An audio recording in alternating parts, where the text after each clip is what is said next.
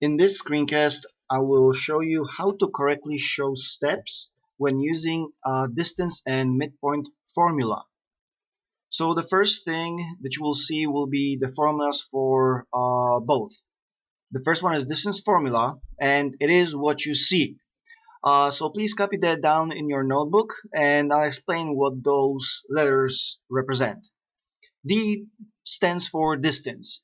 The x sub 1 and x sub 1, x sub 2, y sub 1, y sub 2, those are numbers from the order pair, because to find the distance you need 2 points. So they represent the number for the 2 points. The next formula will be the midpoint formula, and it is as follows. So very similar to the distance formula, you'll have to use the 2 points, and using substitution you will replace those x's and the y's. So let's begin with the first example. Oh, of course, and the x and the y in the midpoint represents the order pair, meaning the location of your midpoint between the 2 points. So let's start off with finding the distance between point P and point Q. So before we start, I would recommend pausing the video and write the 2 points down. And if whenever you need to, you can always rewind if you miss something, or you can pause to write down what you see. Okay, so it's always a good idea to write down the formula. That way you'll know what you work with. The second step is to identify the points. As you saw, the first point will be -3, 2, and -3 will be x sub 1, 2 will be y sub 1. Why do we put this subscript? Is because we work with 2 points. The subscripts tell us which point we refer to. Therefore, the second point will be x sub 2, y sub 2. And those are the numbers that fall underneath. So now, knowing which number goes for which variable, we use substitution. What I like to do is I like to set the equation up. Copy down what you see, but instead of the x's and y's, leave it blank. That way you'll be able to use substitution and write down the actual number, because you have to pay attention to the positives and negatives. So the first one is x sub 2, which is -2. X sub 1 is -3. Y sub 2 is 4, and y sub 1 is 2. Now we work inside the parentheses. So in the first quantity, we see that we have a double negative, which we can turn into a plus. So we will have -2 plus 3, which comes up to 1. 4 minus 2 comes up to 2. Now we have to do powers before doing the addition. 1 squared would be 1. 2 squared would be 4. 1 plus 4 is 5. Therefore, it's a square root of 5. This gives us square root of 5. If we use a calculator, this will give us about 2.23. At this moment, I want to also show you how to verify it using a graphing tool, which is GeoGebra. For that, I would like you to go to web.geogebra.org and select Algebra View. As you access the website, you'll see this window, and you'll see this screen, and I want you to click on the algebra. And what you should look something like this.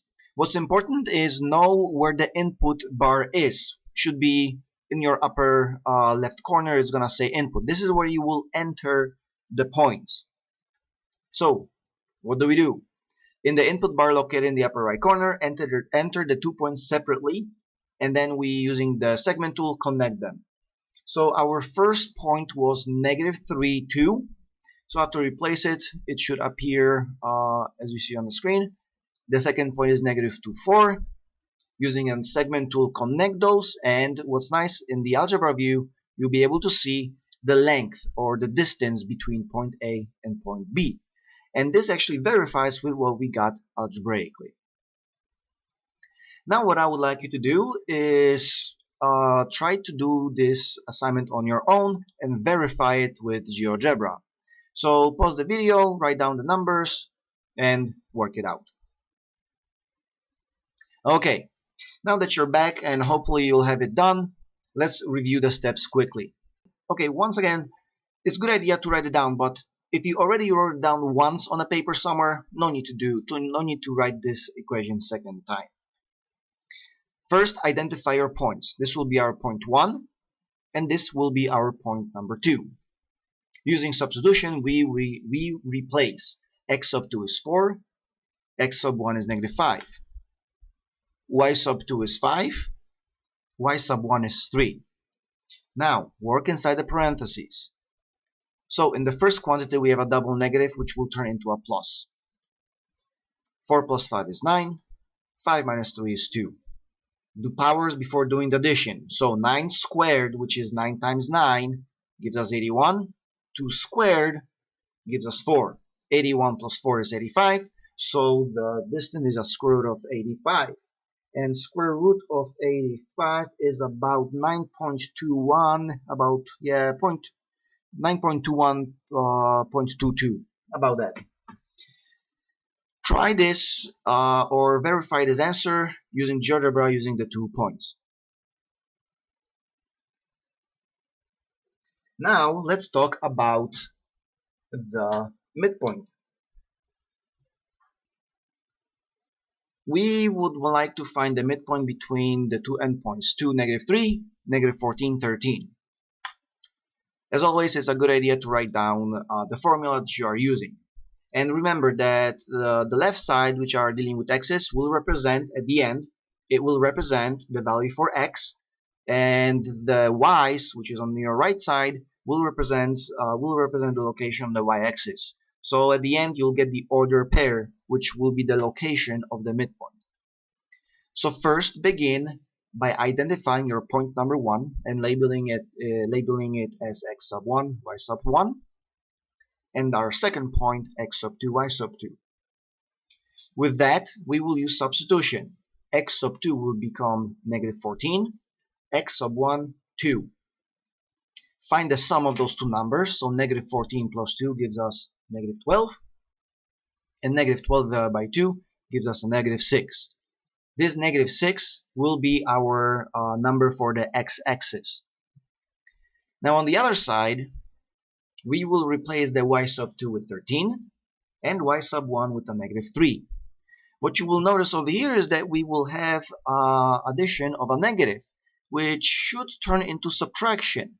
So we should have 13 minus 3, which would give us 10. Then 10 divided by 2, 5. That gives us the value for the y. So this means that the midpoint should be located at -6, 5. Let's verify it with GeoGebra. So open up the website, start fresh. For this one, you probably would have to adjust the window that you work with, because some of the points that when you enter them, they might be not visible. So you can use it or you can do that with the moving tool located here and simply dragging it around. You can zoom in, zoom out with the mouse. So enter the first point, which is -2, -3, second point, -14, 13, and then using the midpoint tool located here, click on the 2 points. With that, you will create a point C, which would represent our midpoint. And as you can see, it verifies with what we had originally, -6, 5. So this is kind of like a verification. Yes, that whatever you did algebraically on paper checks out over here because we got the same thing.